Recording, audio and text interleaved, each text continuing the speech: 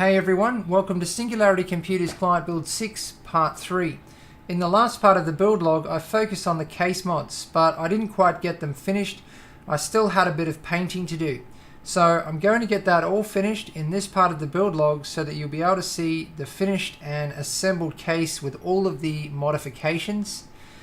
Once I've done that, I'll move on to starting to install the hardware, configuring the water cooling loop, all of that. Right now I'm preparing the hardware to be installed into the case. I've installed the CPU memory and CPU water block. I still need to install the graphics card water block. So I'm now just going to give you a quick look at this config. So it looks awesome. The memory matches up with the motherboard really well. All of the blues and blacks are going to match up with the color scheme of this build perfectly. The EK Supremacy looks a bit big, bulky, and out of place on this tiny ITX motherboard, but once it's got the blue coolant flowing through it and lit up with LEDs, it's going to look great. So certainly a compact but potent little configuration.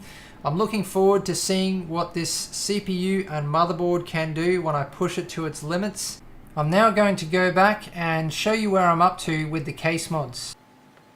Now I've actually gone a step backwards here and disassembled the case again. The reason I did this was to make a few final cuts in the case, and also because I wanted to put a few more coats of paint on all of the panels. Now the reason I did this is basically just because I'm really fussy.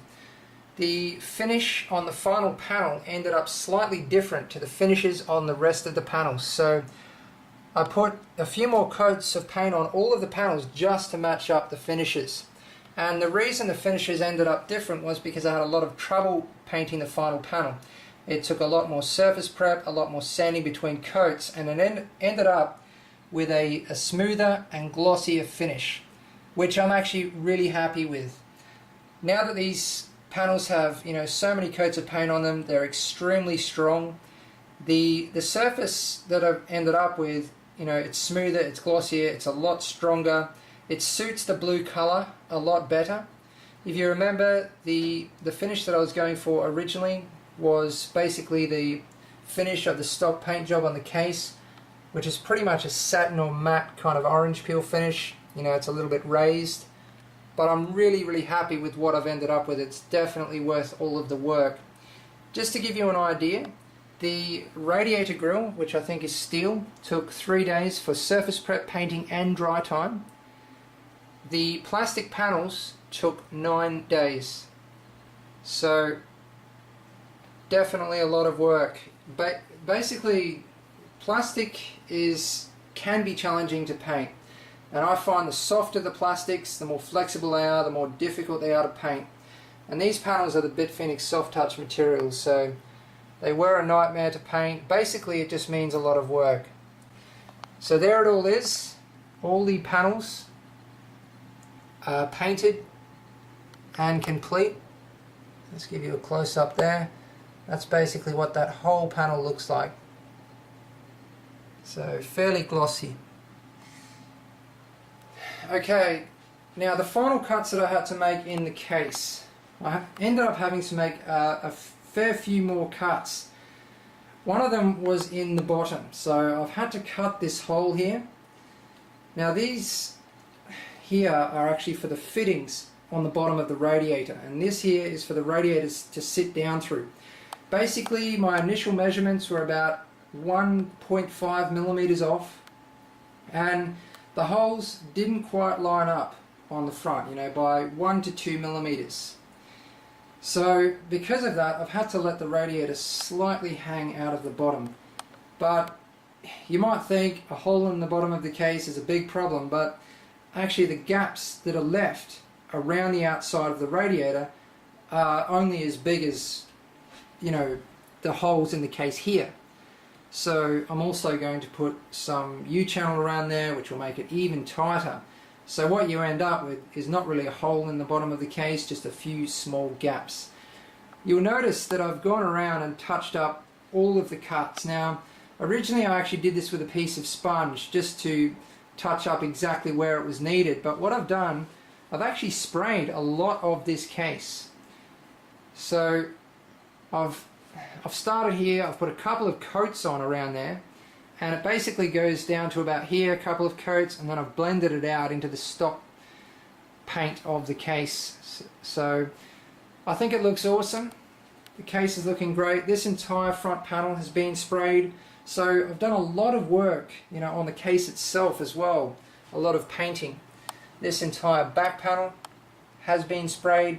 Basically the paint I used matches up with the color of the case perfectly, or almost perfectly, and I did a lot of sanding. It's all been done properly. I've definitely taken the time. Now the other cuts I needed to make, I'll just roll the case over, were in the top. What I did originally, I just traced out the inside of the shroud, so just around the inside there, but the radiator didn't actually fit through the original hole that I had, so I just had to cut it slightly bigger so that the radiator could fit through it. Because the radiator, something that I forgot with these shrouds is that the radiator sits up inside the shroud slightly, about 3 millimeters. And what I had before, the case panel was coming in between the radiator and the shroud, preventing it from sitting up inside the shroud. Now I actually ended up painting about 75% of the case, and as I mentioned, the reason I did this initially was to touch up the paint around my cuts, but the paint job on the case is not that great, mainly on the inside of the case. So it was actually almost bare metal in some places. So I got a bit carried away and I ended up painting most of the case. It definitely looks a lot better now. Some of my cuts actually look factory because I've gone around and sprayed them. The case just looks great. Okay, as you can see, I've installed the 280mm radiator and fans into the Coolant's 280mm shroud. So this is all ready for installation into the top of the case.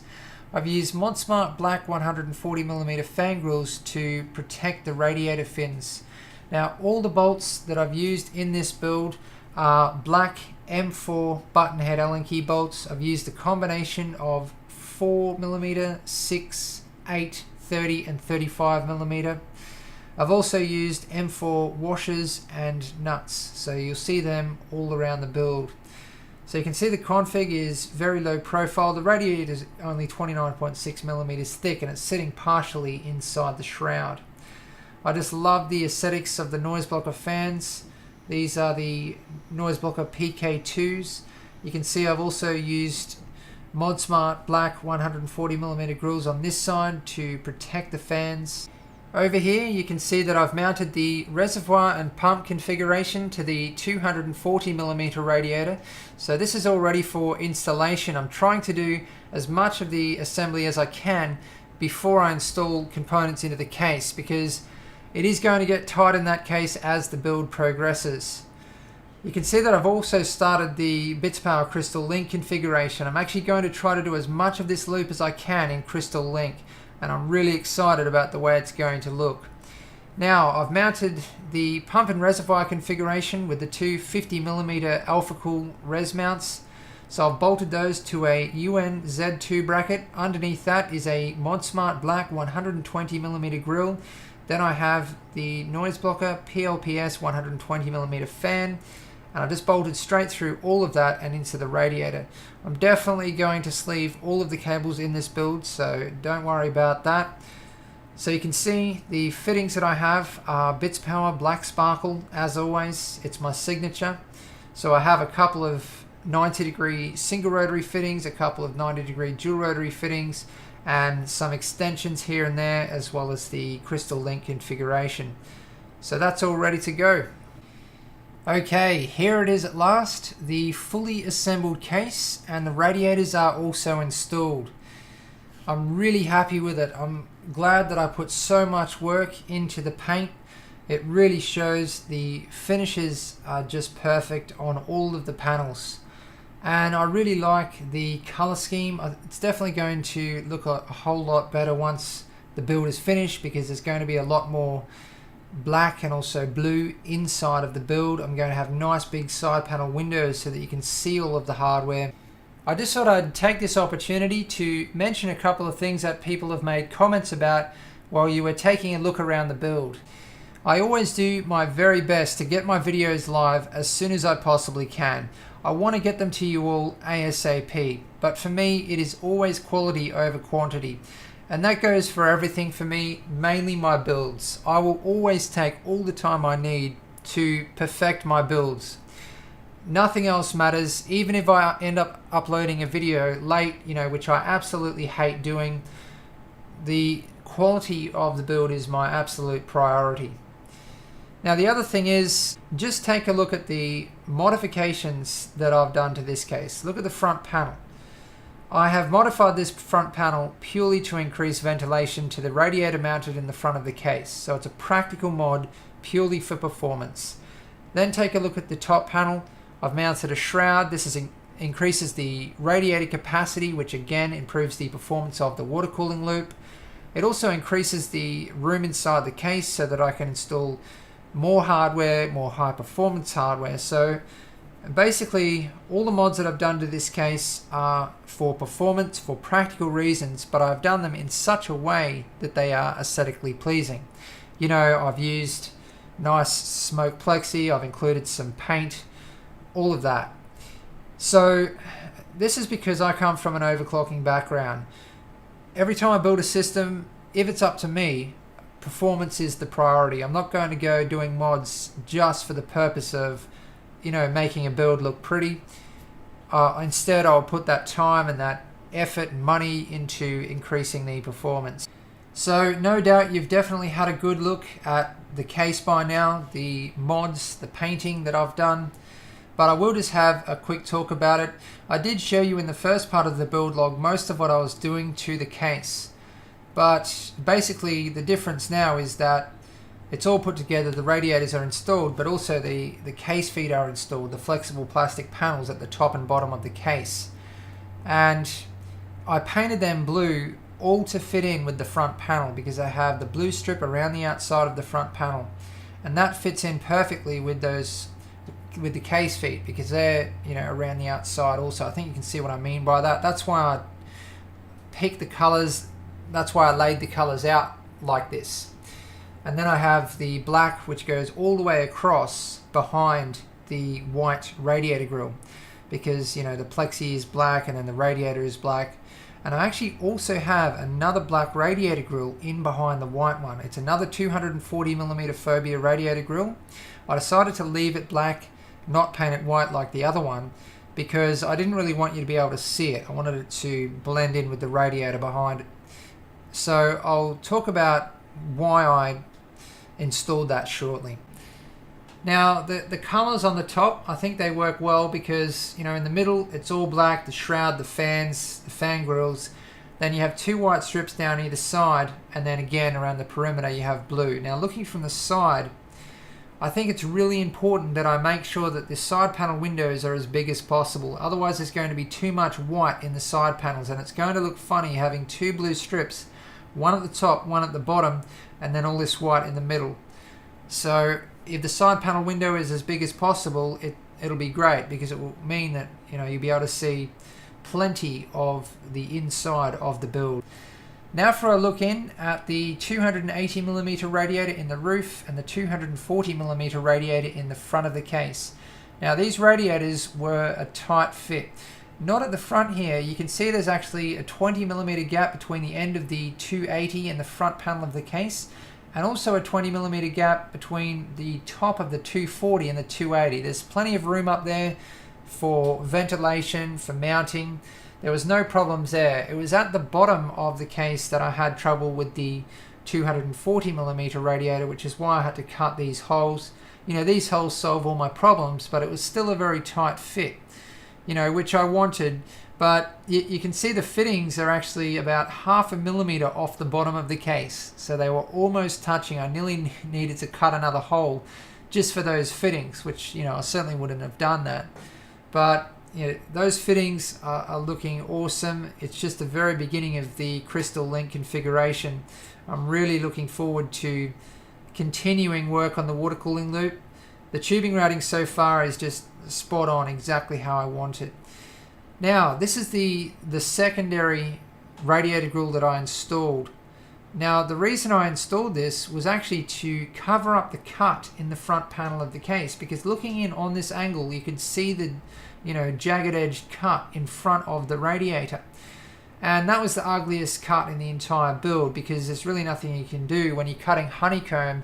Whatever you're using to cut it kind of bends it over, flicks it over, and makes it look jagged and terrible. So I used another radiator grill on the inside to clean up and cover up those cuts, and I think it looks really good. It adds an extra black accent, it adds more strength. That front panel is so incredibly strong. It's actually stronger than the original front panel, because you have two thick steel radiator grills. You got the radiator, then the original case panel is actually still there, the plexi.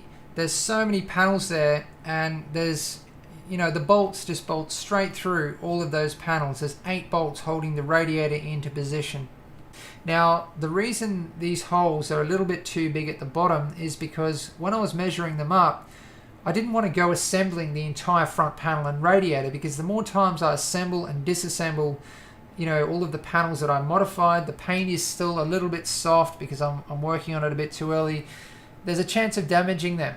So I just sat the radiator into position and marked that I did get it very close, but instead of those holes being 1 to 2 millimeters, they're more like 3 to 4 millimeters. So it's easy fixed. I'll just put a bit of U-channel around there, and that will close up those holes. It's only the ones on either side. The rest of them are very close.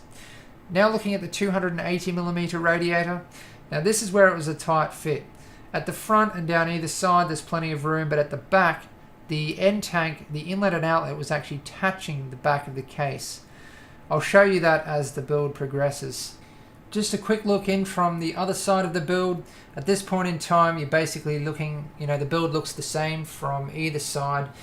You can see the cables on this side. I have the 2 fan cables coming down from the top. I haven't yet connected up the other 2 fan cables. Any cables that are not sleeved are definitely going to be sleeved. Every single cable in this build will be sleeved, because there's really no way of hiding a lot of the cables in this build. Obviously I'm going to have to do the cable management in such a way that it's all aesthetically pleasing, because I'm planning on having 2 big side panel windows, 1 in each side panel. So almost all of this build is going to be perfectly visible. So the cable management is definitely going to be a challenge, taking that into consideration. Now you can see the hole in the bottom of the case there. It's pretty much the same size as the hole on the other side, so U-channel will definitely fix that. So there's the cuts in the bottom, and the radiator just slightly hanging out, as well as the fittings. The main problem was this here, this raised area. Those fittings are above that about 3 millimeters, so you can see the U-channel is going to fit in there nicely, and the rest of it is actually really tight. There's only 1 to 2 millimeter gaps around all of that. So just a look from the other side, very, very tight across that front there. And just a look at how much the radiator is actually protruding. 1 to 2 millimeters is it. So I was very close with my initial measurements, but not quite. And that's why I had to make that cut. I was hoping I wouldn't have to do it, but I had it as a backup. So you can see my cuts along here, but you're never going to be really looking up that way. Okay, I'm going to leave this part of the build log here. Now that the case mods are finished, the exciting part of the build begins. The next part of the build log is going to be action-packed, because that's when I start installing components into the case, and that's when the build really starts to take shape. I still need to install the graphics card water block. Once I've done that, I can install everything into the case. I also need to sleeve the power supply, which is going to be a big job, and I'm going to modify the power supply cables, because I definitely don't want any extra cable length in this build. The cables need to be extremely clean. The cable management needs to be perfect. So I've got all of that to do. There's so much more to do in this build. This is really only the very beginning. I still need to configure the water cooling loop, which is definitely the part of the build that I am most excited about. I have some amazing things in mind for this loop. I think it's going to look incredible. It's definitely going to be one hell of a LAN box. That sums up this video. Thanks for watching. Please subscribe, like and favorite if you want to see more.